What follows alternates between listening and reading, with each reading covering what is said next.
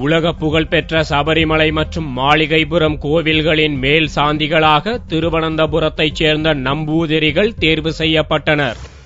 ஐப்பசி மாத பிறப்பை முன்னிட்டு சபரிமலை ஐயப்பன் கோவிலில் செவ்வாயன்று காலை 5 மணிக்கு கோவில் நடையை திறந்து கருவறையில் தீபம் ஏற்றும் நிகழ்ச்சி நடைபெற்றது. தொடர்ந்து நிர்மால்ய தரிசனமும் நெய்யபிஷேகமும் தந்திரி கண்டரரு மகேஸ்வரு தலைமையில் கணபதி ஹோமமும் நடந்தது.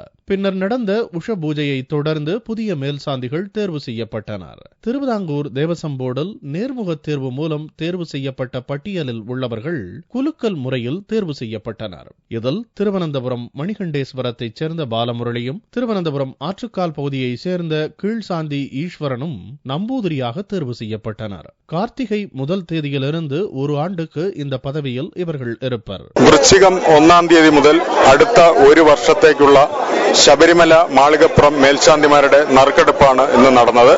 തിരുവനന്തപുരം ജില്ലയിലെ മണികണ്ഠേശ്വരം ഇടമന ഇല്ലം എൻ ബാലമുരളിയാണ് മാളികപ്പുറം ക്ഷേത്രത്തിലെ നറുക്കെടുപ്പിൽ തെരഞ്ഞെടുക്കപ്പെട്ടിരിക്കുന്നത്. തിരുവനന്തപുരത്ത് ഇപ്പോൾ ആറ്റുകാൽ ക്ഷേത്രം കീഴ്ശാന്തിയായി ജോലി ചെയ്യുന്ന ആറ്റുകാൽ കോറമംഗലം വീട്ടിൽ ഈശ്വരൻ നമ്പൂതിരി ടി.കെ.യാണ് മാളികപ്പുറം മേൽശാന്തിയായി തിരഞ്ഞെടുക്കപ്പെട്ടിട്ടുള്ളത്. செவ்வாய்க்கிழமை தொடர்ந்து 5 நாட்கள் மதியம் உச்சி பூஜைக்கு முன்னோடியாக சகஸ்ர கலச பூஜையும் களபாபிஷேகமும் இரவு 7 மணிக்கு படி பூஜையும் நடைபெறும். 22ஆம் தேதி இரவு 10 மணிக்கு கோவில் நடை அடைக்கப்பட்டு மீண்டும் கார்த்திகை மாத பிறப்புக்கு திறக்கப்படும் என்று தேவசம் போர்டு அறிவித்துள்ளது.